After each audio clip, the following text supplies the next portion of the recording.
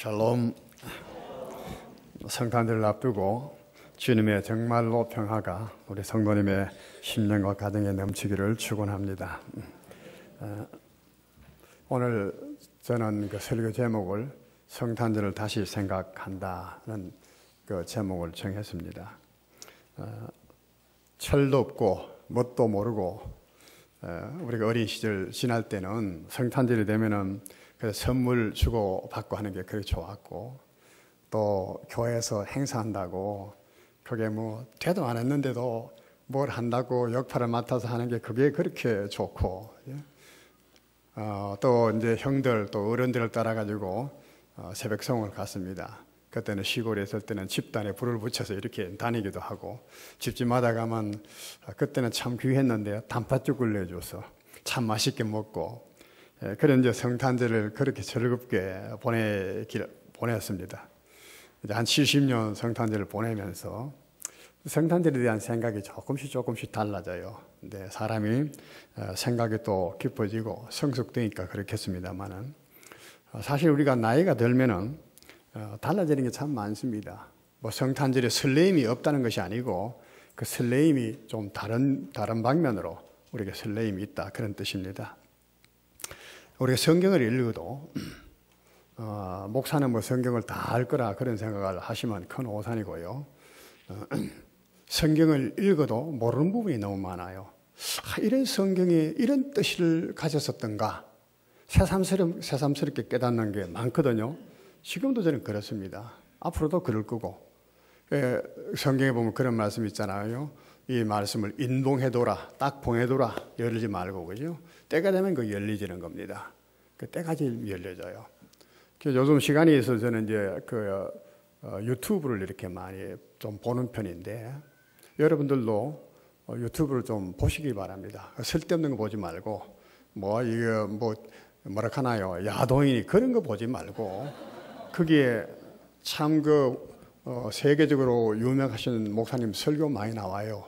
물론 조금 성경적이 아닌 설교도 있지만은 참고를 하시면은 또 내가 알고 싶었던 그런 부분들, 제목들이 있으면 찾아서 보시면은 굉장히 유익됩니다. 그런데 저도 이제 그걸 이렇게 보면서 요즘에는 굉장하게 유튜브에 많이 나오는 그런 설교들이 있어요. 그게 뭐냐 하면은 이스라엘이 지금 제3성전을 건축한다는 그런 얘기들입니다. 그리고 이제 주의 재림이 임박했다라고 하는 이런 경향의 설교들. 그래서 우리가 회개해야 된다고 하는 이런 실질적인 믿음인 회개로 이어지는 그런 믿음의 삶으로 바뀌어져야 된다 하는 이런 내용의 설교들이 참 많이 나와요. 그것도 하나의 이 시대의 징조라고 보면 됩니다. 지금이 이런 때구나 하는 걸 느끼게 하는 거. 서점에 나가서 예전에는 책을 보면은 어떤 책들이 많이 출판되어 나오는가, 그 경향을 보면서 하나님이 지금 무엇을 우리들에게 말씀하시고자 하는가 하는 것을 느끼게 되지요. 마찬가지로 성경도 그렇습니다. 임봉해놨다가 어떤 때는 그 말씀이 내게 개인적으로도 그렇고 교회에게도 그렇고 알려질 때가 있다는 것입니다. 그런 의미에서 오늘 저는 성탄절을 다시 생각해 본다라는 제목으로 삼은 겁니다. 오늘 마태복음에는 예수님의 탄생의 기록을 족보로부터 계보라고 하죠. 족보로부터 시작하고 있습니다. 그 다음에는 성령으로 잉태됐다고 하는 사실을, 예수님께서 성령으로 잉태됐다는 사실을 말하고 있고, 아들을 낳을 텐데 그 이름을 예수라고 하라고 하는 그 내용이 기록되어 있고, 이는 예수라고 하는 그 의미는 히브리 말로는 예수아입니다. 예수아. 우리는 이제 예수라고 지저스 이렇게 영어로는 그렇게 해서 예수라고 번역을 했지만은 예수아, 요수아도 예수아. 예전에 바벨론 포로되었다가 돌아왔을 때 그때 제제사장이 요수아가 있었습니다. 그 요수아도 예수아, 타이 예수 그리스도의 하나의 모형이었습니다. 그런데 이 예수아라고 하는 뜻이 무엇인가?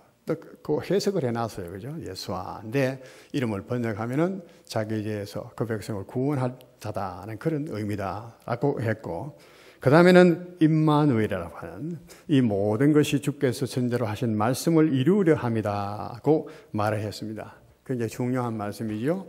이 모든 것에 된 것은, 이 모든 것이라고 하는 것이 무엇을 의미하는가 말이죠. 족보부터 시작해서 전부 다인가. 아니면은 그 천사가 마리아에게서 성령으로 잉태된 것이라고 하는 그 예고하는 그 부분에부터 얘기인가? 우리 넓게 보면은 아브라함 때부터 뭐 어떻게 되어진 것, 예수님의 출생에 이르기까지의 모든 것이 하나님께서 주께서 하나님께서 선지자들로 말씀하신 것을 이루려 하신 것이다. 그러므로 이제 족보의 의미를 살펴보면은 굉장히 중요하죠. 족보라는 것이. 우리는 오늘날 족보하면 쾌쾌 먹은 거 이런 생각을 하는데 그렇지 않거든요. 족보라고 하는 것이 참 중요합니다. 근데 그 예를 들으려고 하니까 참 끝이 없고.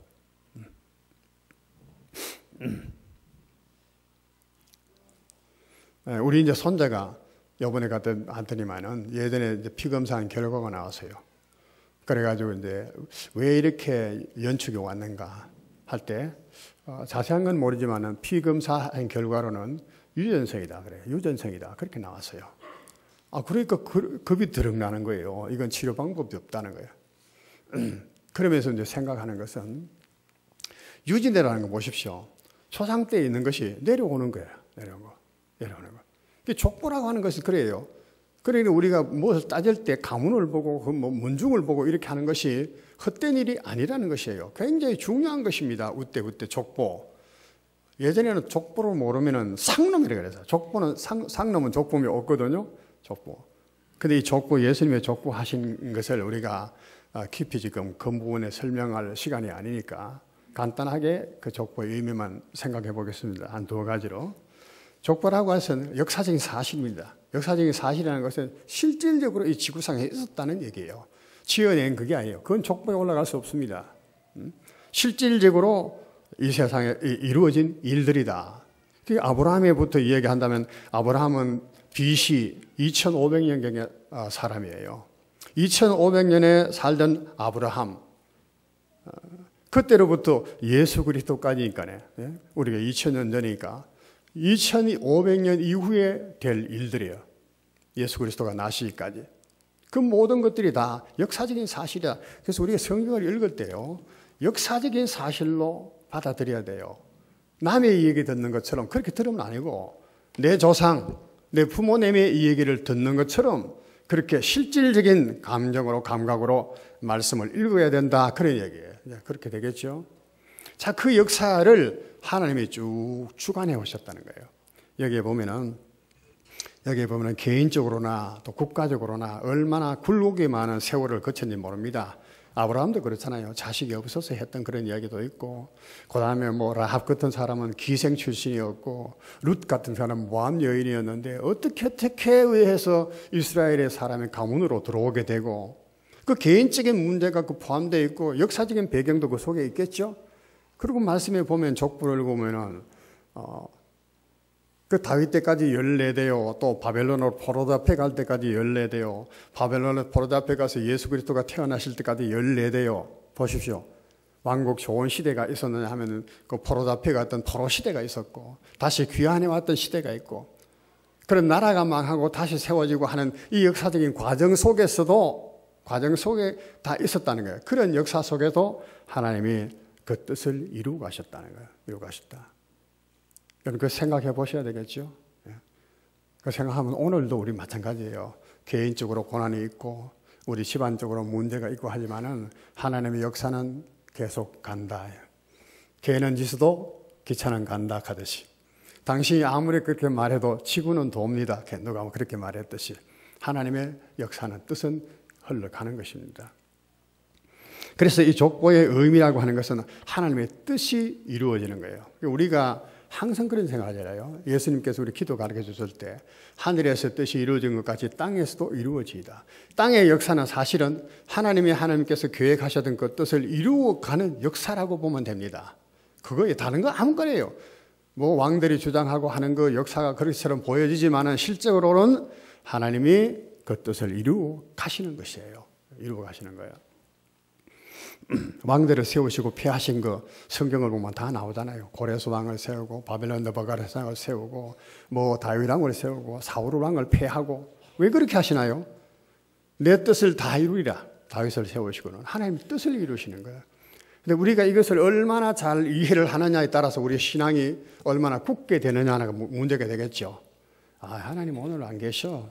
역사하지 않아. 그러면 우리 믿음은 흔들리게 되는 것입니다. 조금만 어려운 일이 있으면 낙심하게 되는 겁니다. 그러나 오늘 이런 하나님의 역사에 관여하시고 주장하신 하나님을 우리가 이해만 한다면은 우리는 거기에서 여간에서 흔들리지 않는 것이죠. 그 다음에는 이렇게 족보라고 하는 것은요, 예수님이 그 신분이나 정체성을 나타내는 것이라고 말씀할 수 있습니다. 아브라함과 다윗의 자손이라 굉장히 의미가 있죠. 의미가 있습니다. 그것은 뭐 또 여기서 또 그 이야기할 거 없고, 단지 인간의 족보로 인간으로 오셨다는 거예요. 예수님께서 하나님이신데, 하나님의 아들이신데 아브라함과 다윗이라고 하는 혈통을 따라서 인간으로 오시고 형제들 속에서 사시고 자라시고 기쁨과 슬픔을 다 나누시고 다른 사람들처럼 죽으셨다는 거예요. 십자가에 어떻게 죽으신 건 죽으시니까 죽으셨다. 연애 사람하고 똑같아요. 인간이신 예수님을 이 족보는 우리가 말해주고 있다. 그런데 여기에서 제일 중요한 것은 포커스가 어디에 있습니까? 초점이 예수 그리스도예요. 그래서 18절부터는 예수 그리스도의 나심은 이러하니라 하고 다시 예수 그리스도에 대해서 더 상세하게 얘기를 하는 거예요. 더 상세하게. 또 이 모든 일에 된 것은 주께서 선자로 하신 말씀을 이루려 한 것이다 라고 하는 그 말도 마찬가지로 이 모든 것들의 지금 이 얘기의 결론이 뭐냐 하면은 예수 그리스도를 얘기하려고 하는 것이다는 것이요. 예수 그리스도고. 자, 그러면 예수님은 그래서 역사의 사실은 시작이기도 하고 중심이기도 하고 과정이고 마침이기도 하다. 그렇게 말할 수 있습니다. 우리는 흔히 그런 얘기를 합니다. 우리 역사를 나눌 때에 AD, BC 이렇게 말하잖아요. AD는 뭡니까? 아노 도미니. 이 이제 로마 말인데 라틴어인데 주 이후라 그래요. 아노 이후란 말, after 말이고 주님 이후, 주 이후. 그 다음에 BC는 뭐죠? Before Christ. 그리스도 이전의 영어죠, 그거는. 그리스도 이전. 역사를 나눌 때 그래 AD, BC로 나눕니다. 라틴어로 된 걸 보면 벌써 라틴시, 로마 시대 때의 역사를 그렇게 봤다는 것이죠. AD, BC로 봤다는 거예요. 어떤 분은 그런 얘기를 해요. 역사라는 말을 영어로 보면 history라고 하는데 history라는 글자가 참 재미있다는 거예요. history는 his 플러스 story다. 그의 이야기다. 그라는 게 누굽니까? 예수님을 가리킨다는. 그렇게 이제 해석하시는 분도 있습니다. 원어적으로 그런지 모르겠습니다만은 히스토리다. 역사는 바로 예수님에 대한 얘기다. 역사의 핵 중심이고 핵이고 그 다음에 시작이고 마침이고 모든 과정도 다 예수 그리스도의 얘기다. 요한복음 5장 39절을 보면 예수님께서 그렇게 말씀하셨죠. 너희가 성경에서 영생을 얻는 줄 생각하고 이 성경을 깊이 생각하는데 이 성경이 곧 내게 대하여 말하는 것이다. 그러니까 이 성경은 곧 예수님에 대하여 이 얘기하고 있다는 겁니다. 구약에는 예수님의 얘기 안 나오는데요. 몰라서 그런 거예요. 아직 그걸 발견을 못해서 그런 거예요. 구약의 모든 말씀들이 예수님에 대한 얘기다. 그 말이에요. 오늘 우리가 얘기하는 것도 그 얘기입니다. 그런데 이런 예수님을 유대인들이 메시아로 안 받아들여요. 메시아로. 여기 예수님에 대한 보면 이름이 세 가지가 나옵니다. 첫째, 예수라고 하는 이름이죠. 예수. 예수는 그 이름 그대로입니다. 예수님 그 이름이에요. 예수와. 그 다음에 그리스도라고 하는 이름이 있어요. 그리스도. 이 그리스도라고 하는 이름은 예전에 이제 구약시대 히브리 말로는 메시아란 말이에요. 메시아. 그걸 이제 영어로 번역하니까 그리스도 이렇게 돼요. 크리스토스 이렇게 되는데 메시아란 말은 하나님께서 그의 종을 보내실 때 어떤 특별한 사람한테 기름을 부었다는 거예요. 기름을 부어서 제사장을 삼고 뭐 기름을 부어서 왕을 삼고 그랬잖아요. 기름을 부었다는 거예요. 그런데 그 기름을 부은 특별한 하나님의 뜻을 이 땅에 이룰 특별한 사람. 그래서 메시아. 기름 부었다. 그리스도 똑같은 말이에요. 그러냐 이것은 직분상의 이름이죠. 하나님의 직분을 맡겼다 그래요. 그리스도 직분을 맡은 분이 하나님께로부터 기름 부음을 받은 분이다. 그 다음에 임마누엘이라고 하는 얘기는 임마누엘. 처녀가 아이를 낳을 텐데 이를 일컬어 임마누엘이라 하라. 임마누엘이라는 뜻은 하나님이 우리와 함께 계시다. 번역까지 딱 해놨습니다. 임마누엘. 히브리 말이니까 하나님이 우리와 함께 계시다. 번역까지 했다는 것은 굉장히 중요한 의미가 있다는 것이죠. 번역하면 이렇다. 하나님이 우리와 함께 계시다. 그런데 참 중요한 것은 이 말씀을 받은 것은 아무래도 유대인이잖아요. 제일 처음에. 유대인이 이 말씀을 다 가지고 있었죠. 근데 그 유대인만큼 메시아에 대해서 많이 고대하고 메시아에 대해서 잘 알았던 사람이 어디에 있었겠습니까? 그런데 이 유대인들은 이 예수를 메시아로 안 받아들인다는 말, 그리스도로 안 믿는다는 거예요. 유대인들 중에서도 예수를 이제 그 메시아로 믿는 그런 유대인들을 메시아닉 주라고 그래 말해요. 주는 유대인이란 말이고 메시아를 믿는 그 유대인들. 크리스찬 이렇게 말 안 해요. 크리스찬, 그리스도인 이렇게 말해요. 그리스도인은 아주 언젠가 말씀드릴 기회가 있을지 몰라도 유대인들에게는 아주 좋지 않는 이름입니다. 그래서 그리스도인 그렇게 안 불러요. 그 사람들은 메시아닉 주 이렇게 불러요. 메시아를 믿는 유대인이에요. 근데 메시아를 안 믿는 유대인들이 훨씬 많거든요. 지금 이스라엘 나라에는 800만이 거주하고 있답니다. 세계로 흩어져 있는 사람도 그만큼 아직도 800만 이상이 있고 그 정도 인구인데 유대 땅에 있는 이스라엘이 지금 한 80만도 안 된대. 그러나 그건 굉장한 숫자예요. 지금 보면 얼마 전에는 그것도 안 됐어요. 80만 정도 가까운 유대인들이 이제 예수를 메시아로 믿기 시작했다는 것입니다. 어쨌거나 안 믿는 사람들이 왜 예수를 메시아로 믿지 않는가 하는 것에 대해서 어떤 그 메시아닉 주가 책을 내서 이 얘기한 것이 있어요. 많은 그 이유들을 들었는데 한 6가지 얘기를 했습니다. 그런데 하나 소개만 하겠습니다. 이 메시아는 다윗 왕의 후손으로 와야 된다. 출생해야 된다. 그런데 안 그렇다는 거예요. 이 예수는. 근데 실제로 보면 이 말씀 보면 다윗의 후손으로 온 건데 이거는 좀 안 믿는 거예요.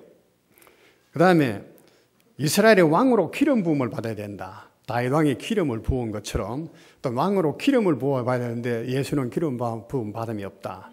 그 기름 부음이라고 하는 것에 대한 오해지요. 안 받은 예수님께서 기름 부음을 안 받으셨나요? 네. 성령이 내게 임하셨으니 네, 그런 말씀 이사야 66장에 있는 말씀을 인용해서 그렇게 했잖아요.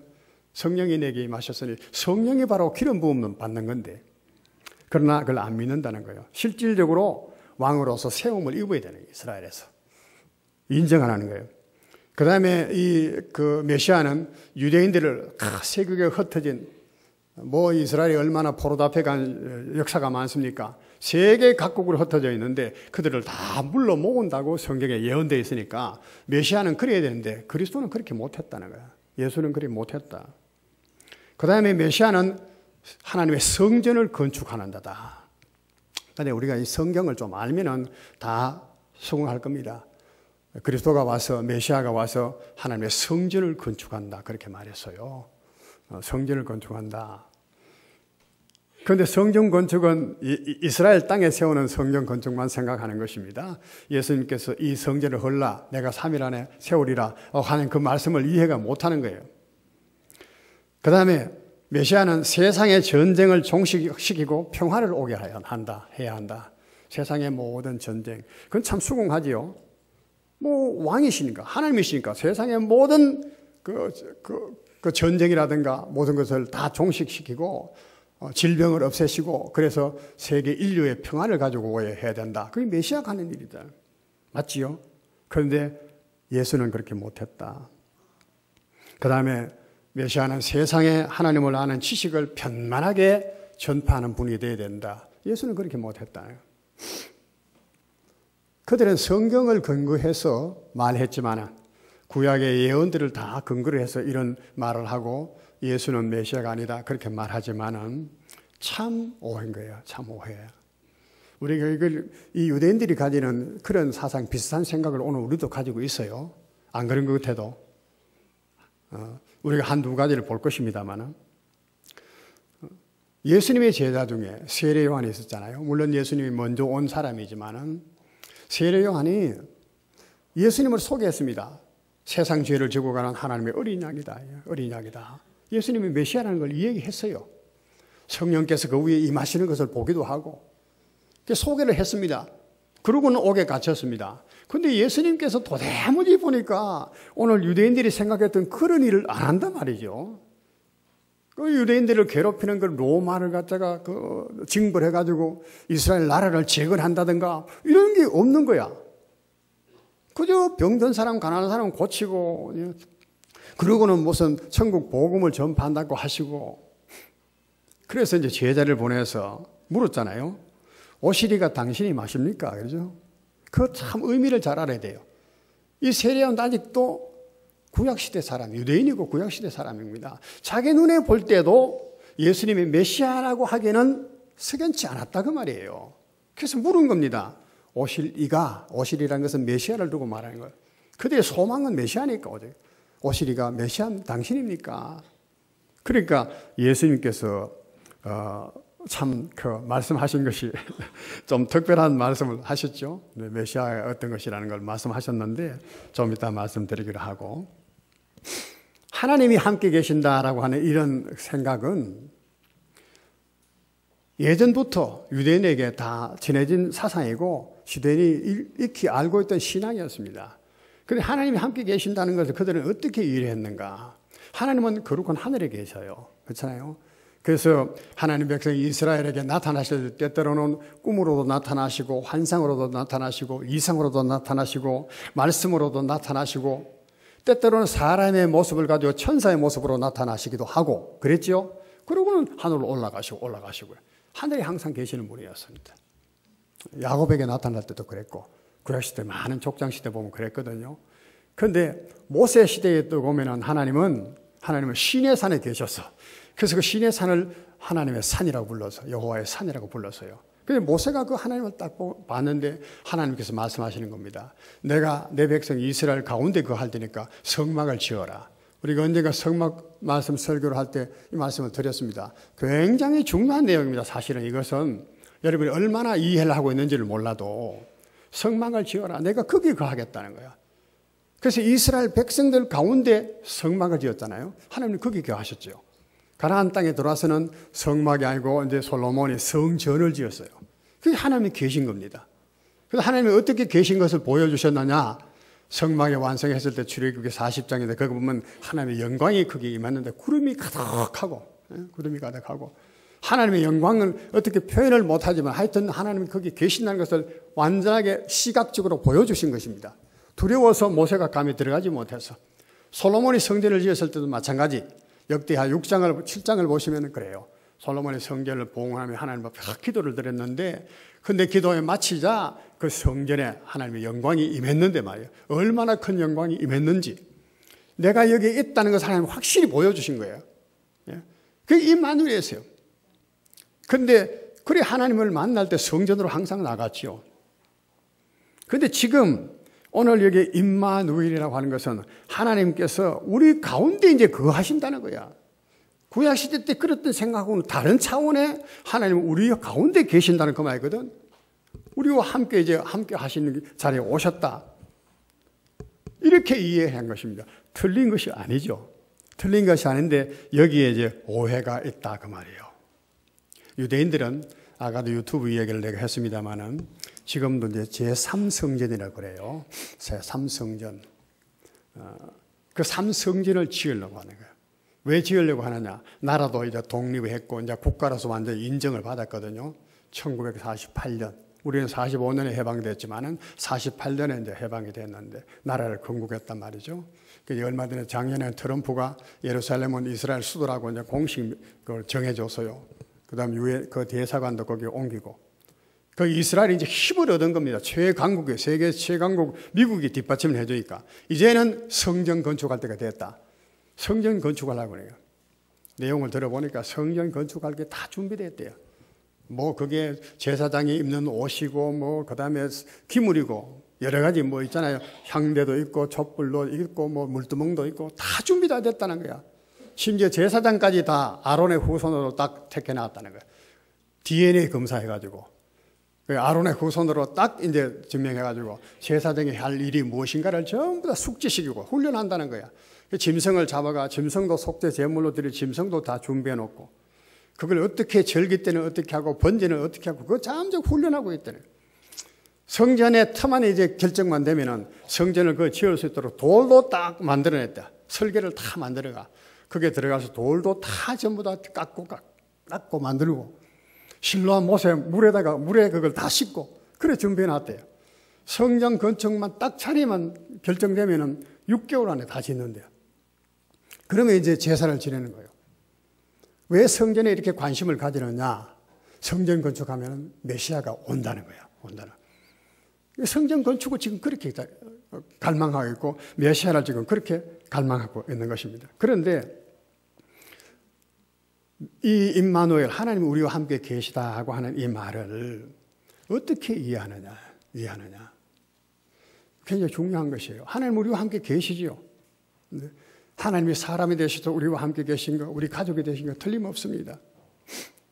우리를 구원하려 오신 것도 구원자로 오신 것도 틀림없습니다. 그런데 중요한 것은 예수님께서 구원하러 오시는데 죄에서 우리를 구원하러 오시는 예수하다는 거야. 우리 이것을 굉장히 간과를 해요. 간과. 나라적인 어떤 회복, 모든 적국으로부터 이스라엘의 독립, 세계를 지배하는 그런 왕국, 이런 건설하는 메시아만 유대인들은 생각하는 거예요. 그런데 성경이 진정으로 지금 말하는 것은 그런 것만이 아니라는 거예요. 근본적인 것은 죄에서 구원해요. 우리 죄를 심상히 안 여기니까 그런데 인류의 모든 불행이 어디서 왔습니까? 죄로부터 온 것입니다. 창세기 3장에 있잖아요. 그래서 에덴에 쫓겨나죠. 하나님과 이별되게 되죠. 죽음이 왔지요. 고통과 질병과 다툼과 분쟁과 전쟁과 이런 모든 것들이 다 죄로부터 온 겁니다. 죄부터 구원이 돼야 그 다음에 모든 것이 회복되는 것인데 우리도 오늘날 반한 것이 그거 아니에요. 병들고 가난하고 하고 하면은 직장에 잘 안 되고 하면 전부 다 그것만 구하지. 우리 안에서 하나님과 지금 얽어져 있는 죄가 무엇인가에 대해서는 생각을 안 한다 그 말이에요. 먼저 죄를 생각해야 되는데 여기에서 유대인들이 예수님을 지금 오해한 것입니다. 예수님은 죄를 위하여 속하기 위하여 오신 거예요. 예수님께서 이제 그 할례를 받으러 예루살렘에 갔는데 예물을 드리러 올라간다. 시몬이라고 하는 나이 그 늙은 노인이 있었습니다. 그가 아기를 안고는 이런 예언을 해요. 칼이 네 마음을 찌르하리라. 마리아를 보고. 그 말은 예수가 비참하게 죽는다는 거예요. 그러니까 네 아들이 이렇게 죽을 테니까 칼이 너를 찌르는 듯한 고통을 맛보게 되리라고 말했어요. 예수님의 죽음을 두고 말한 거든. 예수님은 유대인들이 생각했던 어떤 호령하고 세계를 지배하는 그들이 말하는 어떤 메시아 왕으로 오시는 것이 아니라는 것을 시몬은 내다본 겁니다. 성경에도 메시아에 대한 얘기가 많이 있는데 메시아는 물론 왕이십니다. 하나님이십니다. 또 주인이시기도 합니다. 그렇죠? 왕이고 주인이고 하나님이시고. 근데 그 하나님이 하시는 일은 세상적인 말을 하는 하나님과 다르다 그 말이에요. 주인과 다르고 왕과 달라요. 세상의 왕들은 너희를 압제하고 자기를 위해서 노예처럼 부리기도 하고 그렇게 하지만은 하나님은 그렇지 않다는 거예요. 자기 백성을 위해서 오시는 겁니다. 자기 백성을. 이게 다른 왕이에요. 세상적인 왕과 달라요. 그래서 예수님의 비유로 말씀하신 많은 비유들이 있잖아요. 천국을 가리키기도 하고 자신을 가리키기도 하시는 것이 많은데 천국은 예수님 자신을 가리킨 것입니다만 마태복음 21장에 보면 포도원 농부와 주인에 대한 얘기했습니다. 포도원을 세를 주고 갔는데 말이야. 그러니까 세를 받을 때가 돼서 종을 보냈는데 죽이고 또 죽여. 그래서 주인이 아들을 보내면은 저들이 세를 주지 않겠느냐 하고 아들을 보냈지만은 이는 상속자니까 우리 죽이고 그걸 뺏자. 아들을 죽였다. 여기 주인은 누구를 말하는 것입니까? 하나님이에요. 하나님. 그 하나님은 세를 준 좋은 선한 그런 분이에요. 그 외에도 누가복음 16장에 보면 어떤 귀인이 왕권을 받으러 먼 타국을 가면서 종들에게 다 이렇게 달란트 이렇게 은하를 맡겨놓고 돌아올 때까지 찾겠다고 맡겨놓고 간 귀인 것 같다. 이 귀인은 예수님 자신을 말하는 거예요. 이런 말씀들을 말하는 이유는 뭐냐면 예수님의 임마누엘이라는 거죠. 메시아가 이 땅에 임하서 하나님이 우리와 함께 하신다는 데는 두 가지 측면이 있다는 거예요. 두 가지. 우리가 잘 이해해야 됩니다. 첫째는 유대인들이 말하는 것처럼 하나님께서 오셔서, 하나님으로 오셔서 세계 모든 하나님의 백성을 괴롭히던 모든 원수들을 다 진멸하시고 평화로운 나라를 만들으신 그런 때. 그렇게 오시는 메시아. 또 하나는 뭡니까? 오늘 말한 것처럼 죄인을 구원하려 오시는 메시아예요. 예수님 바로 지금 후자거든요. 당장 왕권을 행사하시잖아요. 원수들을 진멸하시지 안 하셔요. 그리고 잘한 사람 상 주고 세상의 부조리를 전부 다 없애고 그렇게 하시지 않았어요. 그러니까 사람들이 오해를 했죠. 사람들은 예수님을 그렇게 자꾸 세우려고 한 거예요. 근데 예수님은 그걸 피한 거예요. 결국은 그래서 십자가에 배척을 당하고 그 유대인들에게서 배척을 당하고 십자가에 죽으셨다. 그 말이에요. 빌라도가 묻잖아요. 네가 과연 유대인들이 말하는데 네가 과연 유대인의 왕이냐? 네가 과연 유대인의 왕이냐? 메시아냐? 그 말이거든요. 왕이냐? 예수님이 뭐라고 말씀하셨습니까? 그 사건들이 많은 내용이 있지만은 네 말한 그대로다. 내가 메시아다. 그래서 십자가의 죄표에는 유대인의 왕 예수 그리스도라. 예수라. 그 죄표에 유대인의 왕이라고 딱 했잖아요. 그렇게 쓰지 마소서 유대인이. 그렇게 쓰지 말라고. 그랬지만은 나는 내 쓸 걸 썼다고 그래요. 빌라도가. 그리고 유대인이 왕이라는 죄명으로 예수님이 죽으신 거예요. 유대인이 왕이라는 것을 보여주신 것입니다.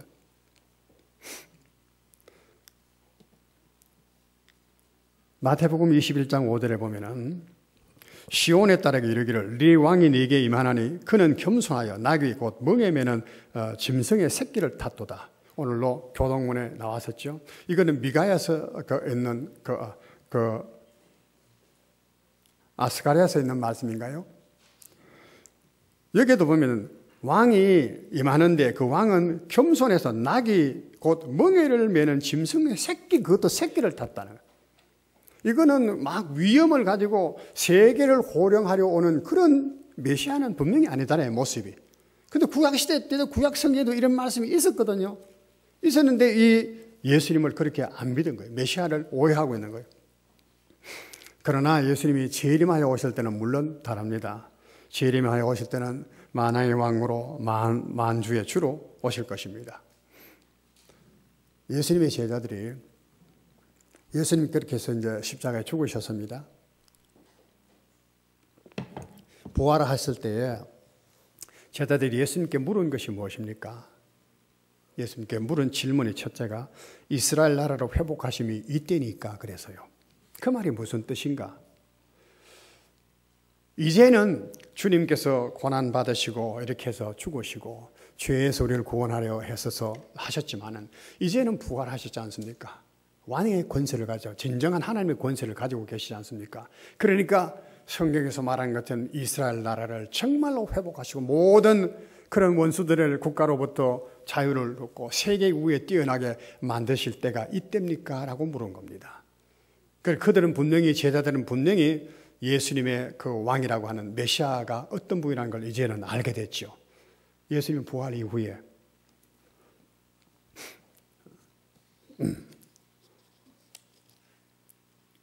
시간이 없어 좀 생략을 하고 그렇게 해야 되겠습니다.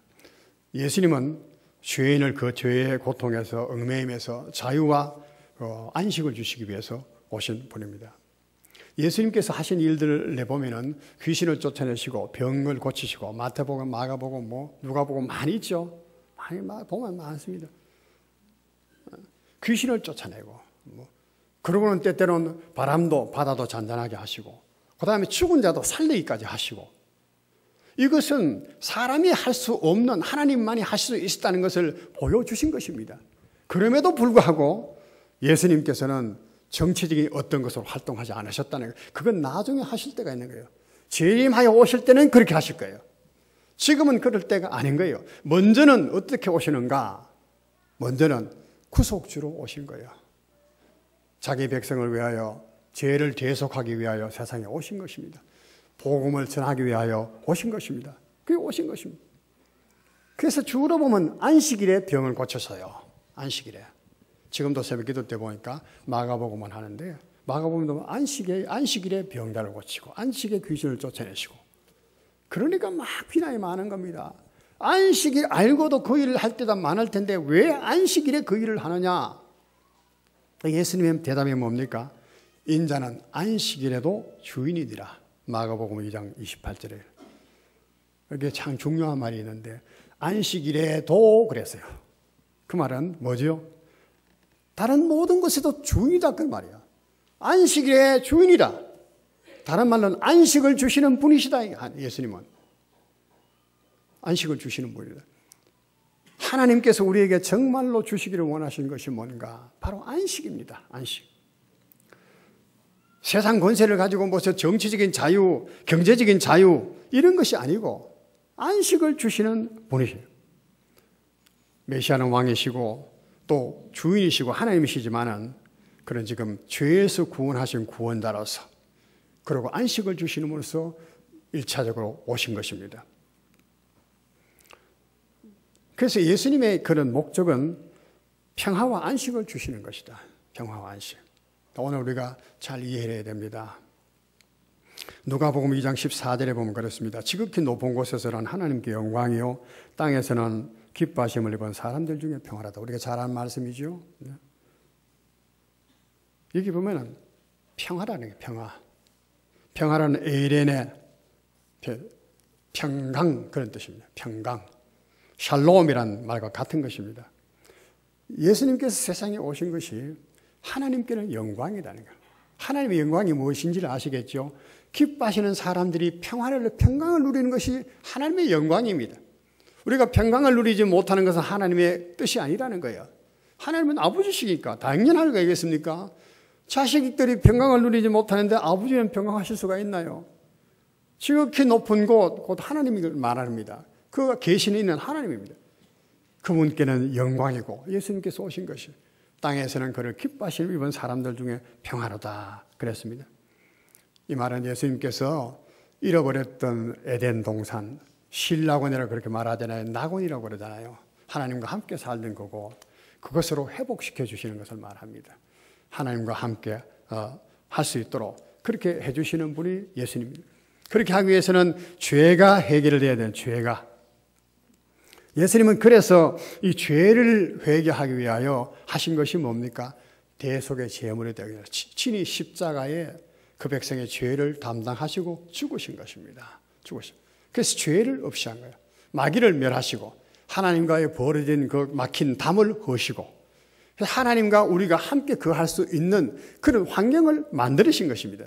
이게 메시아의 예수님이 바로 이런 것입니다. 참 하나님이 사람 사랑하신 거 보면 대단하죠. 시편 8편에 보면 인자가 무엇이간데 하나님께서 저를 그렇게 생각하십니까? 하나님보다 조금 못하게 하시고 영광과 존귀로 관을 씌우시고 하나님의 손가락으로 만드신 모든 것을 다 다스리게 하시고 도대체 사람이 뭔가 생각해봐도 그래요.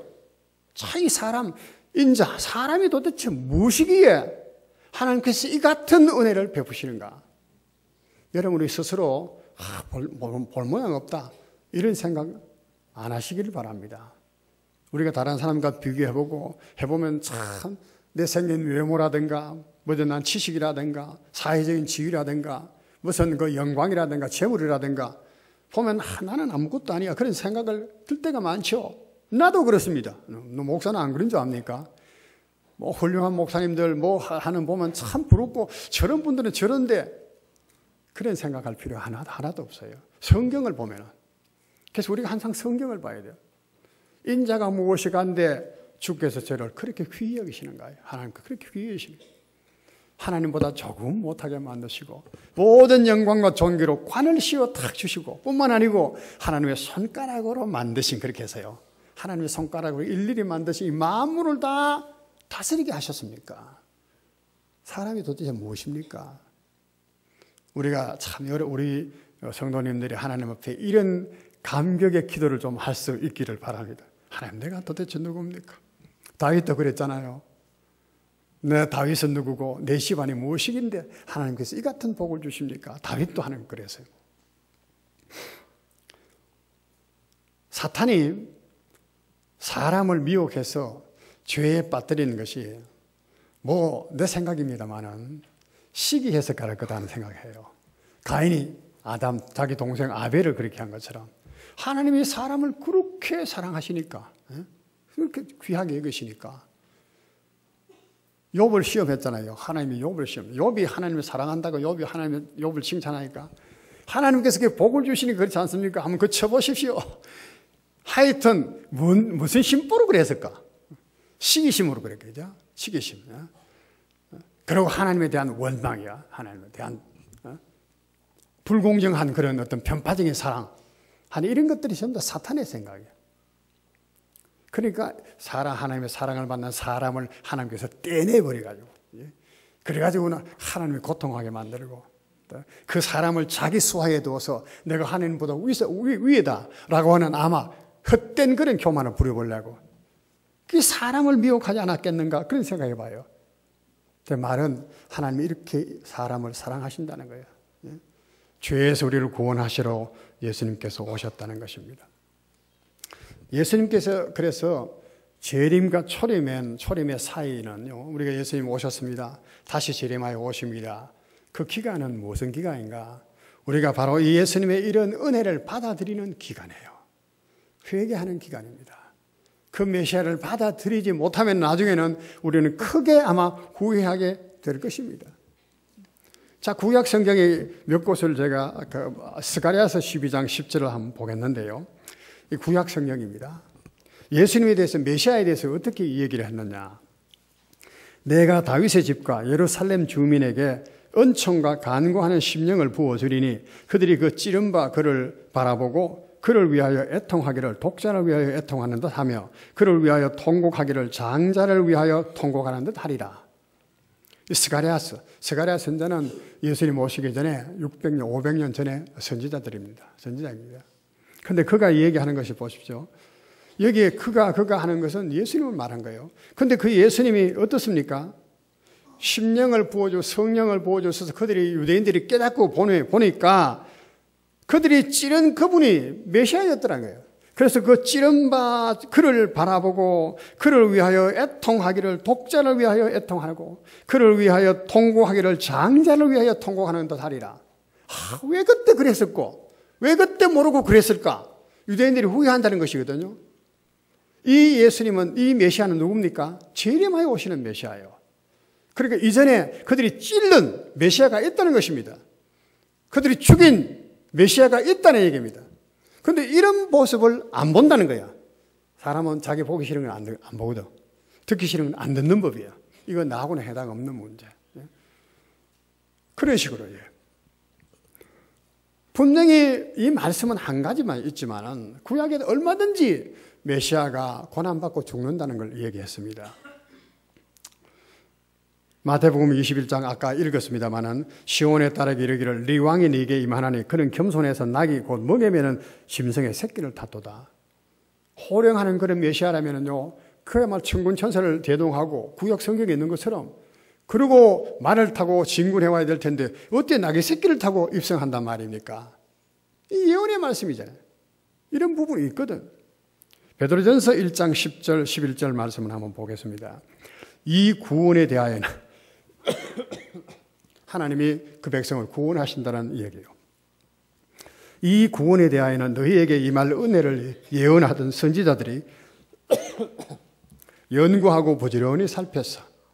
아까도 마태복음 1장 20이 있었죠. 이 모든 것은 선지자로 말씀하신 바라. 이루려 하심이라. 선지자인데 여기도 선지자예요. 이 모든 구원에 대해서 너희에게 은혜를 예언하던 선지자들이 연구하고 부지런히 살폈어요. 그래, 뭘 연구하고 살폈느냐? 이 지금 베드로 사도가 말씀하는 거지만은 여기에 말하는 선지자는 구약시대 때의 선지자를 말해요. 구약시대 때에 있었던 선지자들이 무엇을 예언하고 살폈는가? 한번 볼까요? 11절 말씀을 같이 한번 읽어볼까요? 자기 속에 계신 그리스도의 영이 그 받으실 고난과 후에 받으실 영광을 미리 정하여 누구를 또는 어떠한 때를 지시하는지 상고하니라. 보십시오. 구약 선지자들이 이미 자기 속에 있는 그리스도의 영을 통해서 예언했다는 거예요. 오실 그리스도 메시아가 어느 때에 고난을 받고 어떻게 되실 것을 미리 시시하는 것이 상고했다는 거예요. 구약에 이미 메시아가 고난받고 죽으실 것을 예언해놨다는 거예요. 그런데 왜 유대인들은 메시아는 그런 메시아가 아니고 오면은 정말로 세계를 호령하는 하나님으로서 세계를 지배하는 모든 인류에 평안을 주는 그런 하나님으로 임할 것인가만 생각하느냐 이 말이에요. 얼마나 잘못된 것입니까? 왜 그랬을까요? 스가랴서에 있는 것처럼 그때 은총하는 강구하는 심령을 부어주리니, 은총하고 강구하는 심령이라는 것은 성령을 말합니다. 성령을 주시지 않으면, 하나님의 영이 없으면 그 메시아를 볼 수가 없는 것입니다. 깨닫지를 못하는 거예요. 성령이 아니시면 예수께서 메시아나 그리스도라는 것을 깨닫지를 못한다 그 말이에요. 네, 말씀 우리가 맺어야겠습니다. 지극히 높은 곳에서 하나님께 영광입니다. 메시아의 탄생이 땅에서는 기뻐하심을 입은 사람들 중에 평합니다. 여기에 제한되어 있습니다. 땅에서는 기뻐하심을 입은 사람들에게 평화예요. 모든 사람이 평안이 아닙니다. 기뻐하심을 입은 자들 중에 자들이 평안이라. 기뻐하심을 입는 사람이 어떤 기뻐하심을 입는 사람입니까? 여러 가지 이유가 있겠지만 히브리서 11장 6절을 잘 기억하는 말씀이죠. 믿음이 없이는 하나님을 기쁘시게 못하나니. 믿음을 없으면 하나님 말씀하신 말씀, 메시아에 대한 예언의 말씀들, 이걸 믿지 않는 사람, 또 예수님이 오셔서 말씀하신 그것도 믿지 아니하는 사람, 죄인을 구원하려 오셨다고 하는 그 은혜에 대해서 믿지 아니하는 사람, 이런 평강을 누리지 못한다는 거예요. 기뻐하는 사람들 중에 평안하고 했으니까. 오늘 우리는 그러므로 이 성탄절에 다시 성탄절을 생각한다. 여러분, 성탄절에 예수님이 오셨으니까 우리가 참 기뻐하고 즐거워하는 거 좋습니다. 그러나 거룩한 기쁨이 있어야 돼요. 거룩한 기쁨이어야 돼요. 그리스도가 나심으로 내 심령이 내 가슴을 빗으로 찌르는 것과 같으리라는 그 아픔이 있는, 그것을 위해서 지금 9일에 오신 것입니다. 냄새나는 낮고 찬 곳에 오신 것입니다. 모든 사람이 비난받는 그 자리에 오신 것입니다. 그 예수님을 생각한다면 마냥 즐겁고 기쁘는 그런 날만이 성탄절이 아니라는 것이에요. 거룩한 적어도 기쁨을, 예수님의 그런 고통, 하나님의 슬픔을 품은 그런 기쁨, 즐거움을 우리가 가져야 된다는 거예요. 그렇지 않고 마냥 기뻐하고 즐거워하는 것은 이 성탄절을 우리가 오해하는 것이다. 그래서 우리의 생각을 버려야 됩니다. 우리 생각을 버리지 않으면 메시아가 우리와 함께 하지 못하는 겁니다. 우리 안에 그 역사를 이루지 못합니다. 낮아지셔서요, 어서 사람으로 태어나셨습니다. 마리아의 몸에 태어났습니다. 그의 육신의 형제들도 다 있었잖아요. 형제들도 다 있었으며 함께 자랐습니다. 함께 안 자랐을 것 같습니까? 함께 먹고 마시고 자랐습니다. 가난도 같이 겪었습니다. 질고도 같이 겪었습니다. 모든 인생의 슬픔도 함께 하셨습니다. 이게 메시아예요. 이게 우리에게 함께 하신 메시아입니다. 오늘 우리 안에 성령이 계시나, 예수님이 떠나가시고 우리 안에 성령을 주셨잖아요. 성령이 우리 안에서 마구 하나님의 행사를 하지 않는다 그 말이에요. 세상은 군왕처럼 그렇게 하시지 않는다는 것입니다. 오늘 예수님처럼 그렇게 하는 거예요. 함께 슬퍼해주고, 함께 위로해주고, 함께 고통해주고, 함께 하나님을 기다릴 수 있도록 해주고, 이 메시아가 오늘 우리에게 있다. 예수님께 십자가에 돌아가실 때도 아버지여, 저들이 하는 말을 알지 못합니다. 저들의 죄를 사하소서. 예수님 모습이에요. 이게 메시아의 모습입니다.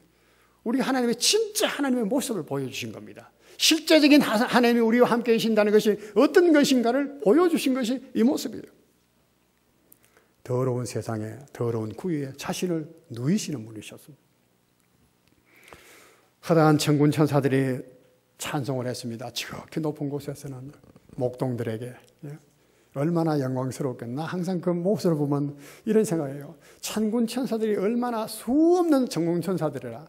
세상의 오케스트라가 얼마나 대단한 오케스트라이든 그보다도 위대했겠는가. 어떤 노래를 가사는 하여튼 지극히 높은 곳에서는 하나님께 영광이요 땅에서는 기뻐하시는 사람들 중에 평화로다. 가사는 그래. 얼마나 대단한 찬송이었을까. 듣는 청중은 목자들 몇 사람. 목자들 너무 황홀하죠. 얼마나 황홀했을까. 처음에는 두려워했죠. 그러니까 기쁜 소식을 온 백성에게 미칠 기쁜 소식을 너희에게 전하노라. 오늘 우리가 그 소식을 들었다면 어떻게 하고 있겠어요? 입 쭉 닫고 가만히 있을까요? 그렇게 못하겠죠. 내가 이런 거 봤다. 내가 이거 들었다. 그렇더라. 이것을 너희에게 전하노라. 전한다는 말이에요. 전하노라. 그러니 가만히 있으라 그 말이에요. 너희도 좀 전해라 그런 말이겠죠. 오늘 성탄절에 이 말씀도 우리가 다시 한번 생각해 볼 수 있기를 바랍니다. 이 그리스도를 배척하고 십자가에 못 박았던 유대인들의 역사가 어떤가를 보십시오. 예수님께서 그 배척하는 그들을 향해서 그랬잖아요. 예루살렘 성전을 자랑하실 때 이 성전을 내가 허물어뜨린다. 돌 위에 돌 하나도 더 놓이지 않도록 또 안전하게 허물어뜨릴 것이다. 그렇게 말해요. 과연 그랬습니다. 예수님을 십자가에 못 박고 난 뒤에 AD 70년에 로마의 티투라고 하는 그런 그 장군이 와서 예루살렘을 완전히 파멸시켰다. 성전도 완전히 파괴시켜 버렸잖아요. 그리고 이스라엘은 또다시 바벨론으로 포로할 때보다도 더하게 세계 각처로 흩어져 버려요. 디아스포라 그걸요. 나라도 없고. 그러니까 세계 곳곳으로 다니면서 유랑민처럼 사니까 사람들이 멸시하고 천대하고 그랬죠. 히틀러는 600만이라고 하는 유대인들을 학살하고 지금도 이스라엘 나라 주위에는 아랍 국가들이 많은데 이스라엘을 절대 적대시하는 거예요. 틈만 있으면 공격하고 공개적으로 이스라엘 나라를 지도에서 없애버리겠다. 이스라엘이라고 하는 걸 없애버리겠다. 호언장담하고 기회만 있으면 공격하고 유엔에서도 공격하고 유엔에서도 이스라엘 편들어주는 나라가 없어요. 사실은 몇 개 안 돼요. 미국하고 몇 나라들. 우리나라도 어떻게 보니까 그런 이야기 했더라고요. 우리나라에서 이스라엘 무슨 그 대통령이 수상이 오려고 했는데 우리나라에 거절했대. 뭣도 모르는 것들이야. 참 뭐에는. 참 세상에 보면 지금 우리나라의 모습이라든가 되어가는 거 보면 예수님께서 메시아가 진짜로 재림하여 오실 때가 가까운 것 같아요. 70년 이후에 흩어져 가지고 1948년도 그래가지고 결국 나라라고 하는 이름을 얻기까지 몇 년입니까? 1875년 동안 나라도 없어져 버렸어. 나라도 아예 없어. 1875년간이에요. 생각해 보십시오. 우리 일제치하에 60년 그런 문제가 아니고 그때만 해도 이름도 없었어요. 이름도 개명 다 하고 말도 못하게 일본말로 사용하도록 하고. 그러니까 유대인들이 그 곡심함이 어떻겠습니까? 고국으로 지금 자꾸 몰려오잖아요. 왜 그렇게 그래 됐습니까? 그들이 그 찌른바 그리스도야. 주님 오실 때 그 찌른바 그를 보면서 같은 장자를 위하여 애곡하는 것처럼 자식을 위하여 통곡하는 것처럼 그렇게 슬피 울리라. 오늘 우리가 이런 슬픔을 이런 그 슬픔을 반복해서는 안 되는 겁니다. 유대인들이 그렇게 예수 그리스도를 배척함으로 복음이 우리에게 온 겁니다. 예? 우리는 덤으로 얻은 거예요. 이 접붙임한 거라고 그렇게 말했어요. 우리는 유대인들이 아니어서 사실은 이방인이었어요. 그때는 하나님도 없고 율법도 없고 하나님께서는 외인이고 관계가 없던 우리들입니다. 하나님이 이 은혜를 우리에게 주신 것이에요. 우리는 이 메시아 그리스도를 오늘 어떻게 오셨는가를 받아들이고 그 겸손한 삶을 그의 가르침을 기쁘게 순종하고 따르는 우리가 되어야 됩니다. 예수님께서 재림하여 진짜로 천군 천사를 대당하고 나팔 불고 오실 때에 그때는 주 예수여 오시옵소서 환영할 수 있는 우리가 될 것입니다. 인내하고요. 이 1800몇 년 동안 이스라엘이 그래도 견디는 것은 역설적으로 메시아에 대한 고대 사상이 있었기 때문에 그 백성이 견뎠다 그렇게 말해요. 메시아에 대한 믿음이 얼마나 한 것입니까? 오늘도 이 믿음 가지고 이 시대 속에 살아갈 수 있기를 주의 이름으로 축원합니다. 네, 기도하겠습니다. 하나님 아버지, 우리가 성경을 정말로 너무 모르고 내 생각을 앞세워 곡해할 때가 너무 많고 내 이익을 따라 아주 인식적으로 해석을 하고 그래서 유대인들처럼 행동할 때가 얼마나 많습니까? 오늘도 우리는 그렇습니다. 바로 이 죄에서 우리가 벗어나지 아니하면은 예수님이 우리의 왕이시요 구주시고 우리의 메시아이심을 인정하지 못하게 될 것이고 그가 가지고 온 땅 위의 평화를 하나님의 영광을 우리는 나타내지 못하는 삶을 살아가게 될 것입니다. 주님 불쌍하게 여겨주시옵시고 우리에게 정말로 간구하는 은혜의 심령을 부어주셔서 오늘 아버지 우리 성탄절에는 정말로 다시 한번 성탄절을 생각하는 우리 영안의 권속들 되게 해 주옵소서. 예수님 이름으로 감사하며 기도하옵나이다. 아멘.